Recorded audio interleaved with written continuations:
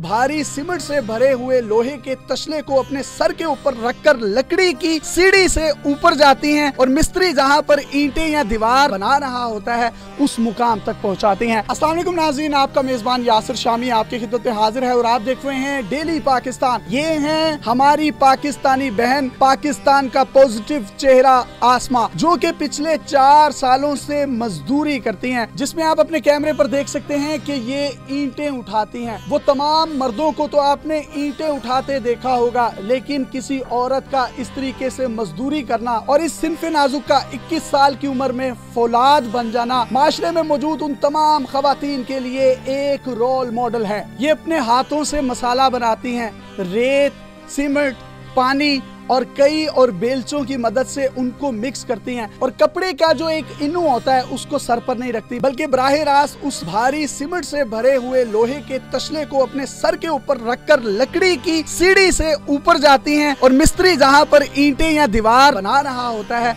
उस मुकाम तक पहुंचाती हैं। इसके साथ साथ आपने कंस्ट्रक्शन के दौरान ये भी देखा होगा कि लोग ईंटों को उठाकर ऊपर फेंकते हैं, तो कितनी महारत और मजबूती के साथ ये ईंटों को ऊपर फेंकती भी हैं, कैच भी करती हैं और अपने बच्चों के लिए मेहनत मजदूरी करती हैं। इनकी उम्र सिर्फ और सिर्फ 21 साल है। इनकी शादी आज से 8-9 साल पहले हुई। तकरीबन 12 साल की उम्र में इनकी शादी हो गई और तब ये बालिग भी ना थे। जिस शख्स के साथ इनकी शादी हुई उसका नाम गुलजार भट्टी था। जिस वक्त इनकी शादी हुई ये 12 साल की थी और इनके हस्बैंड 48 साल के थे। बहुत से लोग ये सोच रहे होंगे कि फिर निकाह कैसे हुआ। उस बदबख्त शख्स ने इनका गलत ID कार्ड बनाया, जो कि आप देख सकते हैं, जिस पर इनकी डेट ऑफ बर्थ 1 जनवरी 1983 लिखवाई गई। इस जाली और फेक ID कार्ड की बुनियाद पर इनकी उम्र जो है वो 37 साल बनती है। वो तमाम लोग जो यहाँ जहांगीर टाउन में रहते हैं, हमने इन्वेस्टिगेशन भी की, इन्होंने 10 से 15 घर बनवाए, लोगों के घरों में मजदूरियां की, कुल्फियां बेची, कपड़े बेचे, लेकिन किसी के आगे हाथ नहीं फैलाया। ये जवान हैं, खूबसूरत हैं,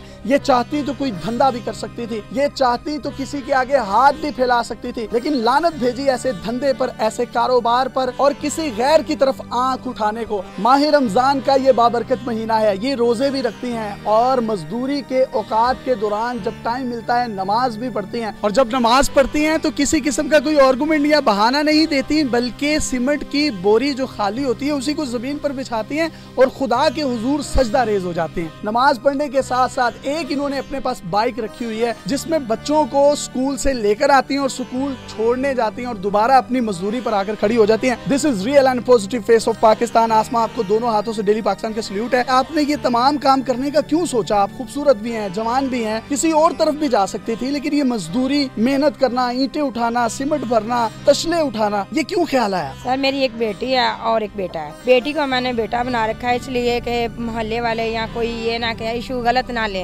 मैं उसकी बेटी की वजह से ये मैं दूसरी शादी नहीं कर सकती थी कि अगर मैं कर लूंगी कल को कोई मेरी इज्जत तो 2-4 साल मेरे साथ कहेगा, बाद में मेरी बेटी के ऊपर गलत नजर रखेगा। उसकी वजह से मैं ये मेहनत करती हूँ ताकि मेरे बच्चों पे बुरा असर ना पड़े। कल हाल की थोड़ी कर लूँ, जैसे भी कर लूँ, अपने बच्चों को अच्छी तरीके से खिला सकता। आमतौर पर हमने देखा है कि मर्द भी इस तरीके से नहीं उठा सकते ये ईंटें, तसले, मजदूरियां, बड़ा सख्त जान काम है। आप सिन्फ़े नाजुक हैं, कभी अपने आप को कमजोर नहीं फील किया? नो सर, ये कमजोरी अगर मेरे में आएगी तो मेरे बच्चे फिर कैसे जिंदगी गुजार सके, कैसे खाएंगे, कहाँ से खाएंगे? पीछे कोई मेरे सपोर्ट वाला नहीं है। मैं मेहनत करती हूँ, अपने बच्चों के लिए खुश रहती हूँ।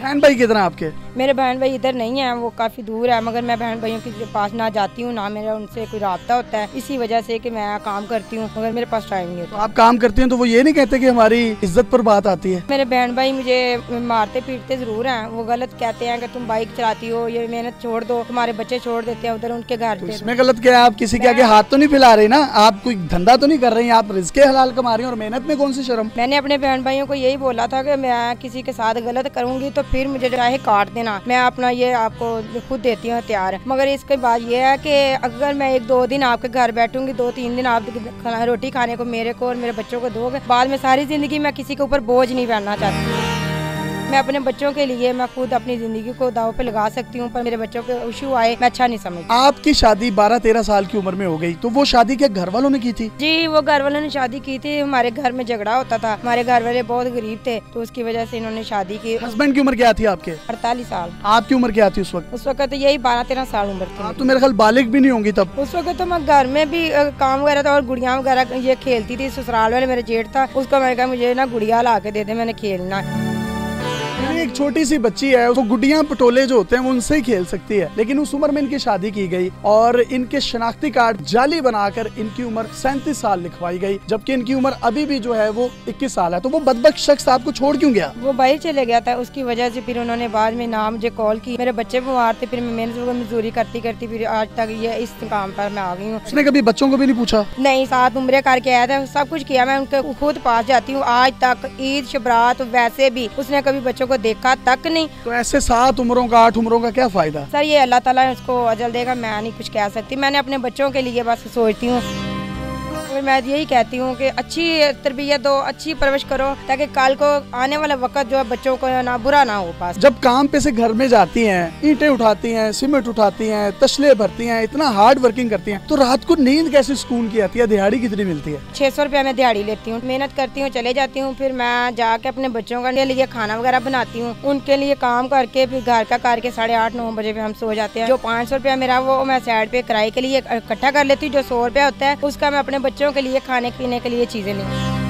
वाह वाह वाह। रेंट कितना है आपका? मेरा 3000 रुपया रेंट है और 500 रुपया मेरा बत्ती का लाइट। मजदूरी के बाद जब घर में बाइक पर जाती हैं तो बहुत से लोग देखते भी होंगे, आवाजें भी कसते होंगे, छेड़ते भी होंगे, तो उनका मुकाबला कैसे करती हैं? उनका मुकाबला यही कहती हूँ, अगर आपकी माँ बहन घर है ना तो उसको देख ले और मुझ में देख ले, कोई फर्क नहीं है। बस मुझे छेड़ते हैं, बदतमीजी करते हैं लोग, फिर मजबूरन मुझे घर जाना पड़ता है। मेहनत मजदूरी की खाकर बच्चों के मुंह में रिज़्क़ हिलाल के निवाले डालकर मुतमईन है जिंदगी से? हाँ जी, शुक्र अल्हम्दुलिल्लाह, मैं बहुत अच्छी हूँ, अच्छे तरीके से जिंदगी गुजार रही हूँ अपने बच्चों की वजह से। अगर बच्चे ना तो शायद मैं आज ये दिन ना मेरे पास। इतनी मेहनत करती हैं और मेहनत में कोई शर्म नहीं है। हमारे मुआशरे में कुछ खवातीन ऐसी भी हैं जो जिंदगी का मुकाबला नहीं कर पाती और किसी धंधे की तरफ या किसी 2 नंबर काम की तरफ मुतवज्जो हो जाती हैं। आपको कभी ख्याल नहीं आया? लानत डालें, इस तरह का काम तो मुझे ऐसे नहीं अच्छा लगता, कल को बच्चों पे बुरा असर पड़ता है, मगर हम अच्छा नहीं समझते। हम औरतें हैं ना, तो हमें यही जेब देता है, अगर मेहनत करनी है तो मेहनत ही कर लें तो बेहतर है, बुरा काम करने की फायदा ही कोई नहीं। कोई पैगाम देना चाहती हैं तो दे सकती हैं आसमा बहन आप। ये बहुत मेहरबानी, शुक्रिया। मेरी बहनें, अपना गलत काम करने से बेहतर है आप मेहनत कर लें तो वही अच्छा है।